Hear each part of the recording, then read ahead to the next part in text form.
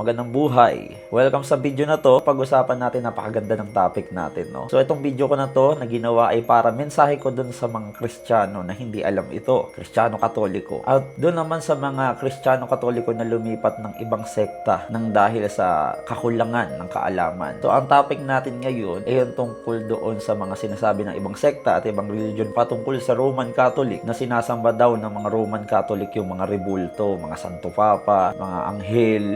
Yun yung laging pinambabatikos ng ibang sekta sa Roman Catholic. So, tuldukan na natin ang usapin na to. Marami kasi mga Roman Catholic na nahikayat ng ibang sekta, halimbawa born again, lumipat kasi kine-question nila bakit nga pala yung Roman Catholic sumasamba daw sa mga rebulto. Pag-usapan natin yan. So, ang ganda ng topic natin ngayon. So, yun yan. Lagi kong sinasabi sa live, yung usapin tungkol sa worship, no? Ang worship is para lamang siya sa Diyos amang nasa langit. Ang salitang worship ay para sa Diyos, for only, to God, diba? Who never walk on earth. Any being, any object, diba? Lahat yan na tumutong dito sa earth, hindi po yan pwedeng i-worship. Bigyan po natin yung mga terminology, ibigay po natin dito sa video, talakayin po natin dito sa video yung mga terminologies ng Kristiyano Katoliko patungkol sa salitang worship. Para lang matapos na, sinasamba daw ng mga Roman Catholic yung mga rebulto. So, i-correct natin yon, no? So, may iba't ibang klase ng pagbibigay galang at yung pinakamataas dito yung adoration, yung pag-worship sa Diyos amang nasa langit, no? So, ang tawag po niyang Roman Catholic doon ay latria. Latria, ibig sabihin ng latria worship, ito ay para lamang sa Diyos na nasa langit. Wala nang iba, sa Diyos lang na nasa langit. Okay? Marami rin ako narinig na ibang mga diskusyon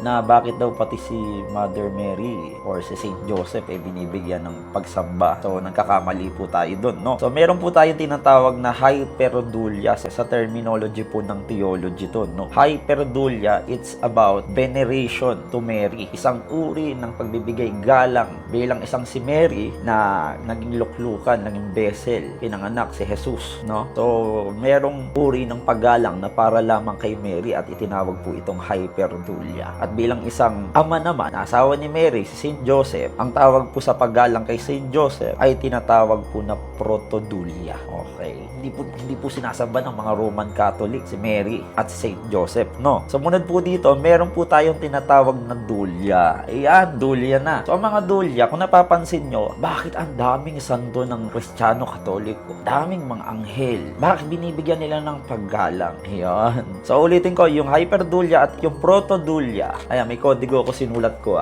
Mahirap kasi magkamali sa ganitong usapin, no? Yung protodulya ay isang uri ng pag-veneration naman kay Saint Joseph. Para lamang kay Saint Joseph. At yung hyperdulya ay para lamang kay Mary. Okay? So, yung dulya naman ay para isang uri ng paggalang sa mga santo, sa mga anghel. Okay? Hindi po sinasamba ng Roman Catholic yung mga santo. At yung sinasabi niyang nagdadasal sa mga anghel. Kasi binigyan ng authority ng Diyos yung mga yan, yung anghel. Kahit nga sa Biblia, nakasulat si Mother Mary. Binigyan ng authority ng Diyos na makapagparating ng panalangin ng tao sa langit directed to the Father in heaven. Kahit mangkukulam ako, nabasa ko yun. So, nagkakamali po kayo na, yung dulya kasi is other saints, sa mga pagbibigay ng galang sa mga kaparian, di ba? Sa mga Santo Papa. Kaya kung binabash nyo yung Roman Catholic na sinasamba nila yung mga Santo Papa, nagkakamali po kayo doon. Pagbibigay lamang po ng galang yun. Mali po yun, yung sasabihin yung sinasamba ng mga Roman Catholic, yung mga Santo Papa. Mali po yun. Ang tawag po doon sa uri ng pagbibigay galang ay dulya. At kahit na kailan po, hindi po talaga pwedeng i-worship ang kahit na sino man maliban sa Diyos amang nasa langit. Iyon po yung tinatawag naman na latria, no? Gandang usapan nito, no? So, technicalities kasi tayo, So, ulitin ko, hyperdulia, veneration para kay Mary. Yung protodulia, veneration niyang kay Saint Joseph. At yung dulya naman sa mga other saint. Pwede rin niya sa mga anghel. Pwede niya sa basta mga nilalang na nagbibigay galang sa Diyos. Yung mga connected doon sa God. Iyon po yung dulya naman, no? So, pumasok na po tayo sa pinaka-main na usapan. Hindi po sinasamba ng Roman Catholic yung mga anghel, mga rebulto, mga sacred objects po, no? Mga relic, no? Mga image, mga picture. Ito ay pagbibigay galang lamang doon sa representation. Kahit na alam naman natin yung picture o larawan ni Jesus ay hindi naman talaga iyon yun. Alam mo, hindi talaga iyon si Jesus. Hindi ibig sabihin sinasamba yung larawan. Kahit na hindi natin nakita nakita naman talaga kung sino yung itsura ng Jesus. Hindi naman natin talaga alam yung itsura niya, di ba? Pero yung image as a representation, ito yung pagbibigay ng respeto. Okay? Kahit sabi mo sinong image siya, basta ang naaalala ng tao si Jesus, yung gawa niya o yung Diyos. So hindi po sinasamba yung larawan. No, nagkakamali po kayo kung yung sinasabi niyo is Roman Catholic sumasamba sa larawang hindi naman totoo, sa mga rebulto, sa mga sacred object. Hindi po pagsamba. Ulitin, ang pagsamba ay para lamang sa Diyos na nasa langit. At ang tawag doon ay latria. Malayong malayo po yan. Ibang-iba po yung pagbibigay ng respeto kay Maria, kay Joseph, sa mga anghel, sa mga Santo Papa, sa mga rebulto. May categorical po yun. May category po yun, no? Hyperdulia, dulia, protodulia. At ito na nga po, yung tinatawag na icon o iconodulia. So, proper veneration po sa mga sacred object, image, no? Iyan po yung pinaka-importante doon. Especially sa mga statue, no? So, yun. Kahit sabihin mong iba ang mukha ng statue, halimbawa, naglagay ka ng statue ni Jose Rizal, kahit sabihin mong lagay mo yung mukha ng kahit na sino man dyan, pag nakasulat naman na ito si Jose Rizal naman yung naaalala ng taong nagbibigay galang kahit na iba yung mukha na nakalagay. Kahit na itamper yung mukha, pag alam ng tao yung pangalan na ito si Jose Rizal, iba ang mukha,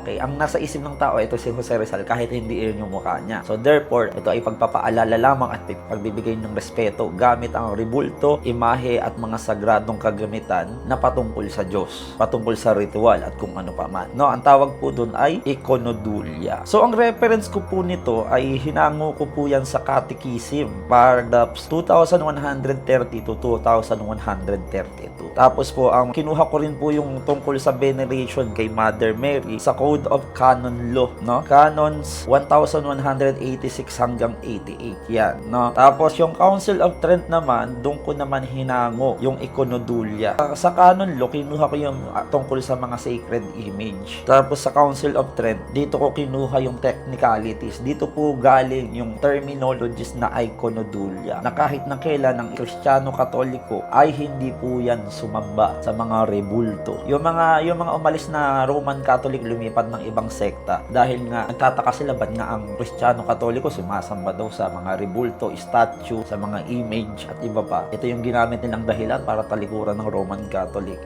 Mali po yung dahilan nyo. Wala man lang siguro nakaunawa sa inyo o wala man lang siguro nakapagturo sa inyo na merong level po ng respect ang Kristiyano Katoliko at ang worship alone ay para lamang sa Diyos na Amang nasa langit. At kahit na kailan, ang salitang worship po ay hindi po yan pwedeng gamitin at hindi po yan pwedeng gawin sa mga rebulto, sa mga imahe, sa mga santo, sa mga Santo Papa, sa mga anghel at iba pa na hindi related. Maliban lamang po sa Diyos Amang nasa langit. At doon po yun umiiral yung salitang worship sa Diyos Amang nasa langit at tinawag po yung latria. At yung mga hyperdulia, dulia, protodulia, iconodulia at kahit na kailanman hindi maihahalintulad sa salitang pagsamba o worship, no? At ang huli po yung hyperdulia, hinango ko po yan sa St. Thomas of Aquinas, Summary Theology, number 3, question 25, article 5 po yan. Kaya kung gusto nyong basahin yung patungkol dito, pwede nyo po yung siya sa atin. Hindi po sa akin galing yung mga terminologies po na yun, no? So, tinalakay po natin yan sa video ko para lang ma-distinguish po natin na kahit na kailan pa man, ang Roman Catholic, Katoliko Sagrado ay hindi po yan sumamba sa mga rebulto, sa mga imahe, sa mga pangalan na hindi related sa Diyos na Amang nasa langit. Kasama na rito yung mga Santo Papa, mga anghel. Kaya na meron pong karampatang respetong ibinibigay sa mga tao, sa mga nilalang na patungkol sa Diyos. Pero ang latria, worship, ay para lamang sa Diyos na Amang nasa langit. Maraming salamat po. Ako si Maestro, ang inyong lingkod. Saludo po ako sa inyo.